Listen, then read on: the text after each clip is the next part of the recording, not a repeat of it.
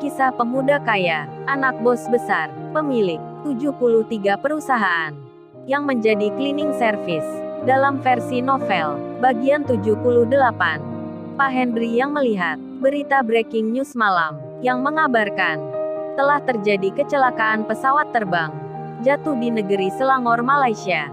Jet pribadi dari Indonesia, milik perusahaan ternama, terbakar hebat di jalan raya. Pesawat itu meledak. Semua penumpangnya dinyatakan meninggal. Pak Henry yang melihat itu langsung terkaget dibuatnya. Rasa cemas, khawatir, dan panik bercampur menjadi satu. Begitu pula dengan Kauri, yang menjadi pingsan seketika.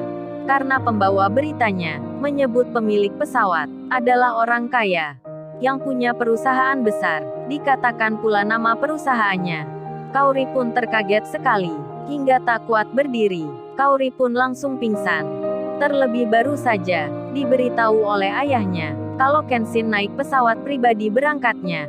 Kauri yang pingsan membuat panik ayah dan mamanya. Berita itu sangat menghebohkan dan begitu menakutkan bagi pemimpin perusahaan di tempat yang lainnya. Karena memang benar adanya pesawat yang jatuh itu adalah miliknya bos besar yang ditumpangi tuan muda. Malam itu sangat mengerikan. Semua pemimpin perusahaan langsung bertemu untuk membicarakan hal yang darurat. Di antaranya langsung terbang ke Malaysia. Pak Henry pun juga diberi kabar tentang pertemuan itu. Sekalian diberitahu kalau pesawat yang jatuh itu adalah benar yang dinaiki tuan muda.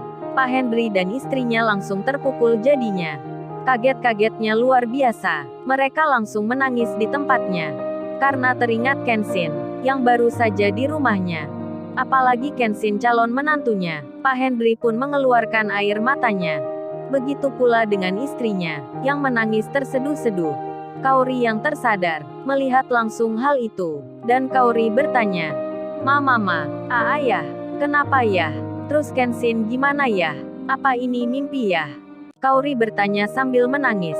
Ayahnya pun menjawabnya, sabar Kauri, kamu harus kuatkan diri. Semua ini sudah takdir. Tuan muda sudah pergi. Kauri tersentak hatinya. Jantungnya langsung deg-degan. Badannya pun lemas sekali. Dan Kauri membalasnya, tidak ya, Kenshin gak meninggal. Kenshin masih hidup ya. Ayah dan mama jangan berbohong. Kenshin masih ada. Itu berita saja yang salah ya. Yang salah menyebutkan orangnya. Kauri tak mau percaya apa yang dibilang oleh ayahnya. Karena Kauri terpukul sekali. Tak mau mendengar apa yang terjadi. Hingga ayahnya berkata lagi, Kauri itu benar Kauri. Barusan ini ayah dapat kabar juga dari pemimpin perusahaan lainnya. Mendengar hal itu, Kauri semakin histeris. Hingga Kauri menjawabnya, tidak ya. Sampai kapanpun Kauri tak percaya ya. Kenshin masih hidup. Kenshin tak meninggal. Semuanya berbohong. Kauri nampak marah. Bicaranya keras dan tak terima. Mamanya pun menenangkan. Dengan dipeluk putrinya, mamanya Kauri bicara, Kauri, putri mama yang cantik, kamu dengarkan mama akan bercerita. Barangkali tenang hatimu. Di saat bersamaan itu, kepanikan juga melanda bos besar, beserta Pak Michael dan orang penting lainnya. Ayahnya Kenshin langsung berangkat ke Malaysia, ke tempat lokasi kejadian, karena dapat berita baru lainnya. Sedang Kauri masih belum tenang hatinya. Menangisnya tak bisa berhenti.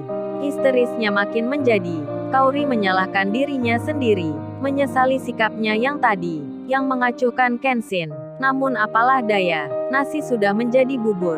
Kenshin sudah pergi, menjadi korban jatuhnya pesawat. Akankah keajaiban terjadi? Apakah Kenshin masih... Jangan lupa ya guys, untuk kelanjutan ceritanya ada di artikel YouTube. Jangan lupa subscribe ya guys, dan tekan notifikasinya.